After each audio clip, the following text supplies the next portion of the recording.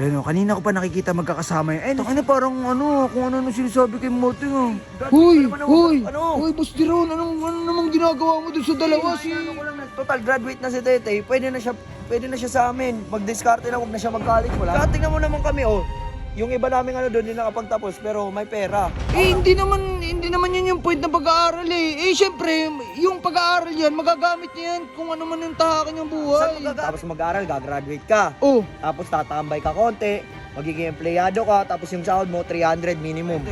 Dito ko na nga lang sa amin kasi mas maganda yun. Mas maganda mag-aral ka na mabuti pag mag-graduate ka. Ginawa ko na yan kay Kulin eh. May gumagawa ka na din. putang ina Ano? Gagawa na naman Ano gagawa ng story? Sinasabi mo, wag na mag-aaral si Smurf eh. Sabi mo mag-aral na mabuti.